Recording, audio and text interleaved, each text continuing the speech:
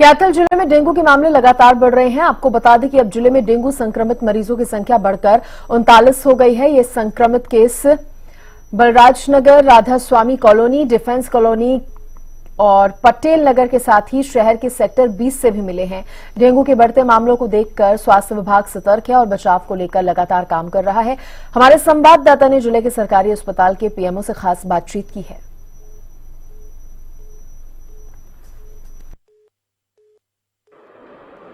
कैथल में लगातार डेंगू के मामले बढ़ते जा रहे हैं। बात करें कैथल जिले की तो लगभग 39 जो डेंगू के मामले हैं सामने आ चुके हैं और हमारे साथ मौजूद हैं कैथल सरकारी हॉस्पिटल के PMO doctor Sachin ji. Doctor साहब, क्या कुछ पूरा मामला है, कितने आंकड़े लगातार बढ़ रहे हैं, कितने टोटल डेंगू के केस अब तक आ चुके हैं? हर साल की तरह इसी सीज़न में डेंगू केस ज़्यादा पाए जाते हैं। जैसे ही जीरी कटने का, हमारी जो पैडी क्रॉप है, जीरी कटने का सीज़न शुरू होता है, डेंगू का सीज़न भी तभी शुरू होता है। तो वैसे तो साल में कभी मिल सकते हैं, लेकिन इस सीज़न में ही ज़्यादा पाए जाते हैं केसेस। जैसे ही गर्मी से सर्दी की तरफ मौसम शिफ्ट हो रहा होता है, तो केसेस अभी भी कुछ मिले हैं। जैसे डाटा के अनुसार 39 केस अब तक मिल चुके हैं, 7 केस कल पाए गए।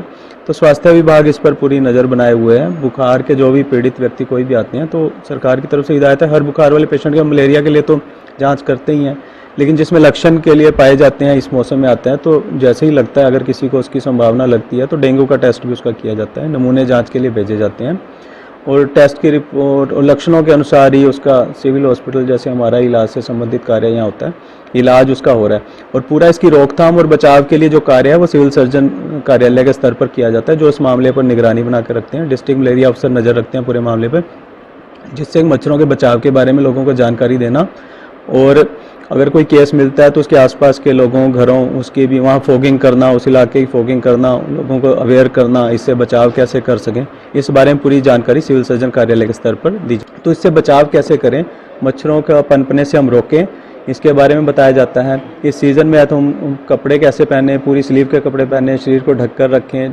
ढककर सोएं शरीर को हम। और दूसरा है कि अपने आसपास पानी इकट्ठा ना होने दें। जैसे अब मौसम सर्दी का आ गया तो कूलर बंद हो चुके हैं, पानी गमलों में हम देते हैं, वो इकट्ठा हो जाता है। बारिश का पानी पुराने टायर या पुराना कोई सामान, कोई टूटे फूटे घड़े, ऐसा कई चीज़ें होती हैं जहाँ पानी इकट्ठा है, वो अब वो खड़ा ही रहता है वो मौसम में, जहाँ पर ये अंडे ला रहे होते हैं। तो ऐसे किसी भी जगह पर पानी एकत्र ना होना सके। तो डॉक्टर साहब, क्या कुछ इनके लक्षण दिखाई देते हैं? कैसे आमजन को पता लगेगा कि उसको डेंगू है या इन्फेक्शन है या बुखार है? डेंगू भी एक वायरस से होने वाली ही बीमारी है, और एक वायरस ही होता है जो मच्छर के थ्रू एक व्यक्ति से दूसरे व्यक्ति के जब खून में जाता है, तो लक्षण वही बुखार होता है। तेज बुखार हो सकता है, सिर दर्द हो सकता है, बदन दर्द हो सकता है, काफ़ी तेज, कई बार जोड़ों में दर्द भी होता है। तो काफ़ी तेज दर्द के साथ बुखार हो सकता है, बार बार बुखार हो सकता है। लक्षण वही है बुखार, जो एक वायरल फीवर की तरह ही। और कई बार ये लक्षण ज़्यादा सीवियर भी हो सकते हैं, अपनी इम्यूनिटी पे भी डिपेंड करता है। तो ये तो हमारे साथ कैथल सरकारी हॉस्पिटल के पीएमओ डॉक्टर सचिन जी ने बताया कि किस प्रकार जो डेंगू के मामले बढ़ रहे हैं और उनको रोकने को लेकर क्या कुछ जो स्वास्थ्य विभाग द्वारा किया जा रहा है। कैमरामैन राजेश के साथ मनोज मलिक, हरियाणा न्यूज़।